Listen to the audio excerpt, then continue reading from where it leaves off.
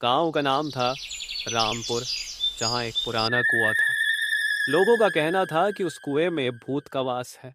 उस कुएं के पास जाने की किसी की हिम्मत नहीं होती थी। गांव वालों का मानना था कि कई साल पहले वहां एक साधु तपस्या कर रहे थे और अचानक कुएं में गिरकर उनकी मौत हो गई थी। तभी से उस कुएं में उनका आत्मा बस गई है। एक दिन गांव का ही एक युवक रघु वहां से गुजरा। गांव वालों ने उसे चेताया कि वह वहां न जाए, परंतु उसने किसी की बात नहीं मानी। रात को जब वह कुएं के पास पहुंचा तो उसे एक हल्की सी आवाज सुनाई दी। आवाज में कोई उसका नाम पुकार रहा था। रघु ने पहले उसे नजरअंदाज किया, परंतु जैसे जैसे वह आगे बढ़ा, आवाजें तेज होती रहीं। रघु ने सोचा कि कोई उसके साथ मजाक कर रहा है, इसलिए उसने आवाज के पीछे चलना शुरू किया। कुएं के करीब पहुंचते ही उसे एक छाया दिखाई दी, जो धीरे धीरे आकार लेने लगी। उसे देखकर रघु के रोंगटे खड़े हो गए। छाया ने कहा, तुमने मेरी चेतावनी को अनसुना किया, अब तुम्हें इसकी सजा मिलेगी।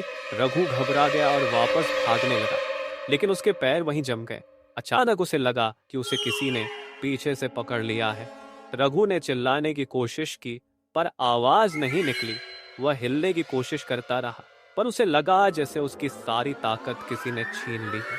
सुबह जब गांव वालों ने रघु को वहां पड़ा देखा, तो वह बेजान हो चुका था। उसके चेहरे पर खौफ के निशान थे।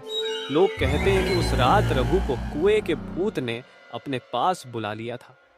तब से गांव के लोग उस कुएं के पास जाने से डरते हैं और उस भूतिया कुएं की कहानियां सुनकर डरते रहते हैं।